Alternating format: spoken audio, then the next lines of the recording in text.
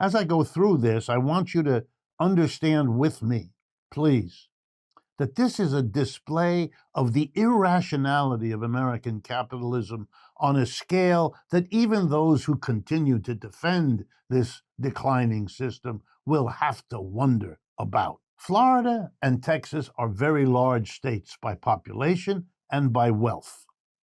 Sending 20,000 immigrants out of your state when you have many, many millions of people and a pretty robust economy has nothing to do with suffering or anything else.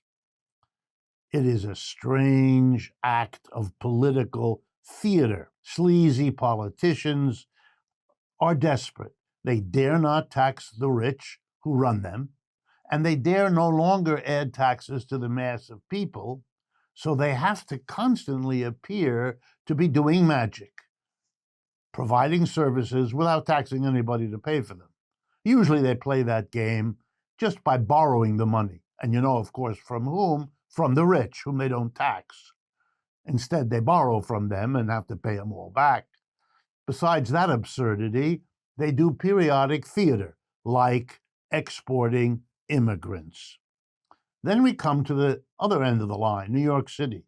Mayor Adams here, running around like a chicken without a head, screaming up and down, this is awful. Of course it's awful. You've got to do something about this, and you're the same political party as the president. Would have been a suggestion to work something out here, since it's obviously an interstate problem and not the problem of a particular state. I'm still waiting for Mr. Adams to do anything other than run around and declare emergencies. Now, on the other hand, Mr. Adams does have a problem. There are laws in New York State. You've got to provide a shelter for everyone.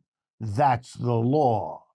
You cannot have people on the street unless they choose to be there. You've got to give them the option of a shelter, number one. Number two, if anyone is in an apartment and is evicted or proceeded against by a lawyer, you must provide them, if they can't afford it, with legal counsel, a lawyer, so they don't get ripped off in the legal details of the process. We already have 80 to 100,000 homeless. That's the official numbers. We're adding to them by bringing immigrants here, but of course they have to be given shelter and they have to be given a lawyer to manage all of these things. And where's the money going to come from? And what is the city supposed to do? Then we have the courts that are overburdened here in New York. See, it turns out we're not giving them enough money either. There just somehow isn't enough money to go around, except for that 1% at the top, remember? The ones with 33% of all the wealth. We all know where the wealth is, but we don't put it where the needs are. And that's the peculiarity of American capitalism. Well, it turns out that if people aren't paying their rents, and if landlords aren't getting their money, and therefore the landlords can't pay off the banks for the loans they took out, the whole system is trembling with this additional problem of the immigrants kind of blowing the system up. And you know something? If you don't help immigrants without homes, if you don't help people becoming homeless through evictions that are semi-legal at best, then you have to provide them with the lawyers, as I pointed out to you. But there's not enough money, so they've been pushed through the legal system without giving them the lawyers to which they are legally entitled. And you know what that means?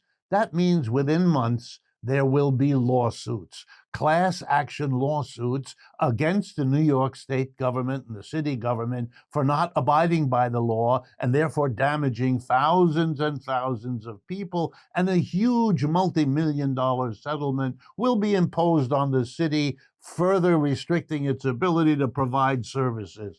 The chaos and irrationality of this really boggles the mind.